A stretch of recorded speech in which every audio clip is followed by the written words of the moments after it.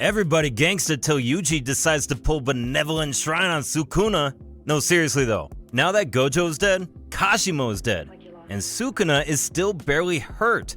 It's hard to imagine anyone other than Yuji who kills Sukuna for good. But what if Sukuna isn't killed? If Strong Cleave could cut through infinity, what if he slices up the plot next? What if our main characters never win after all?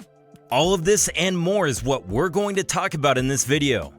It'll be about how the story of Jujutsu Kaisen ends, but before we begin, make sure you press that like and subscribe button. Let the algorithm know that you like Jujutsu Kaisen videos. Well then, with that said, let's get right back to it. Chapter 238 ended with Itadori and Higuruma jumping Sukuna. Higuruma has that lawyer drip, and at the very least, he is looking calmer and more aware than Kashimo, while Yuji is looking as sharp as ever. Now that may not be very promising, but keep in mind that there had been a lot of cooking going on with Yuji's training and power-ups during the time skip. He was willing to eat anything if that meant he could kill Sukuna, and it's clear that he did eat. He ate a lot. We're talking about the other 6 Cursed Womb Death paintings. They also count as Yuji's brothers, by the way. But what exactly happens when someone like Yuji eats a Cursed Womb Death painting? Since, Yuji is resistant to curses. Well, this question is answered by Gege in the Jujutsu Kaisen fanbook. He said that if Yuji ingests the death paintings while he is Sukuna's host, Sukuna would simply obliterate them. However, if he ingests them when he is not Sukuna's host, the cursed womb itself will disappear and become cursed energy within Yuji. It's been a while since Gege answered that question. He also said something like how the death painting could end up like Sukuna within him, but it's highly unlikely. As a vessel, Yuji was strong enough to contain Sukuna. He would instinctively overwrite the death paintings and simply get their cursed energy. But in chapter 238, we clearly see him half transforming. I mean, aren't those Piccolo's arms? And what's with his positioning in the middle of the air? Looks like a Titan transformation to me. And it's not just the death paintings either. In chapter 220, before Yuji apologizes for eating his brothers, Choso gives him Yuki's research on souls. He believes it'll be useful to him. Yuji then apologizes for his brothers, but Choso reassures him and tells him that they will live on inside of him. Only in this case, he means literally. Then there's chapter 222, where we see Yuji training with Kusakabe, and he uses an interesting curse technique. He switches bodies with Kusakabe, and then he also switches bodies with Gojo for a moment. So not only does Yuji have awful reserves of cursed energy thanks to the death paintings, he also has a curse technique that allows him to swap souls with someone else. Suffice to say, he's pretty buffed. He also likely has the last finger.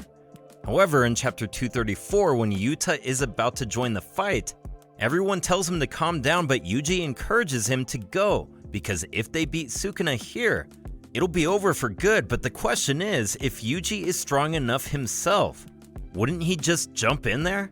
Yeah, Yuji is still not as strong as Yuta or Hakari by any means, but his soul swapping ability is definitely the key to defeating Sukuna. Let's say Yuji eats the 20th finger, and then swaps that part of Sukuna's soul with Sukuna himself. This is under the assumption that Megumi is still alive somewhere inside Sukuna's body.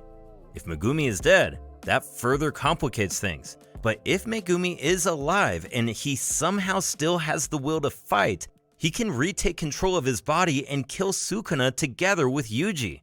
I'd say if there is still a chance of a happy ending, it'll be Yuji and Megumi working together to kill Sukuna while others will be backup.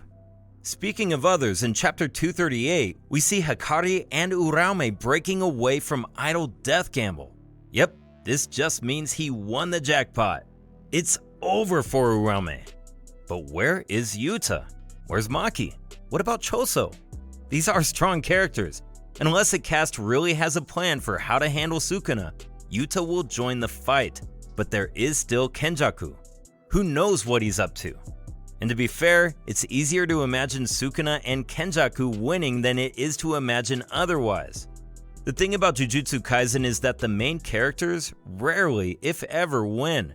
When it comes to the antagonists, their victories are decisive. When it comes to the protagonists, the best they can do is just delay the outcome.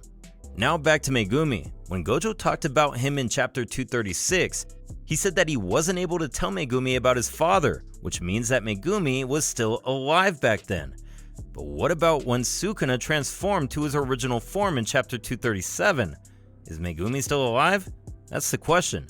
It's kind of strange. I mean, if this was any other shonen, heck, if it was Attack on Titan, we wouldn't be wondering if a character like Megumi died off screen. But it's Jujutsu Kaisen. Jujutsu Kaisen killed Gojo off screen, and we still don't know if Nobara is alive or dead. Finally, let's talk about Yuji's birth. We know that Kenjaku is Yuji's mother, but there is a lot more to it. In chapter 214, when Yuji is fighting Sukuna, Sukuna is impressed by his strength. He states that Kenjaku does the grossest thing. But before that, he realizes that Yuji is from that time. What does that time mean? It means Yuji was most likely born in another time period, and he has some sort of connection with Sukuna that goes beyond their vessel-host relationship. This does kind of clash with popular theories like what if Yuji himself is Sukuna's 20th finger, but that theory never held any weight to begin with. But considering Yuji's physical resemblance to Sukuna, he could be him. He may be based after Sukuna himself. That's why if he does eat the 20th finger, and swap that part of Sukuna's soul with Sukuna himself, he could end up just like Sukuna but with his conscience intact. It'll be a predictable ending though, so I don't think that's what'll happen. The best way to end Sukuna is for Yuji and Megumi to die while killing Sukuna once and for all. I highly doubt there is a more fair way to end this. If Yuji gets the same treatment as Gojo and Kashimo, we fans will riot. If Megumi is already dead, we fans will riot. If Takaba doesn't turn Sukuna into a plushie as a joke, we will riot. Wait, I just remembered, we haven't talked about Takaba. He is pretty much the most overpowered character in the entire story. That's why if he doesn't play a role in this final fight, it'll be very disappointing. He has the power to make anything happen as long as it's funny. If he thinks Gojo coming back from the dead as just legs would be funny, it'll happen. He can do the silliest thing and say, "This was truly our Jujutsu Kaisen," and I'll be satisfied. What do you guys think? Is Takaba the key to killing Sukuna? And what about Kenjaku's plan? His plan is to merge everyone with Tengen. We know he's willing to do anything, even bend over for Itadori's dad. The guy clearly can't be underestimated, but leave it to Gege to subvert expectations. Maybe Takaba will play a role in stopping Kenjaku's plans. For now, let's see how Sukuna handles Higuruma's lawsuit. The next few chapters are gonna be insane.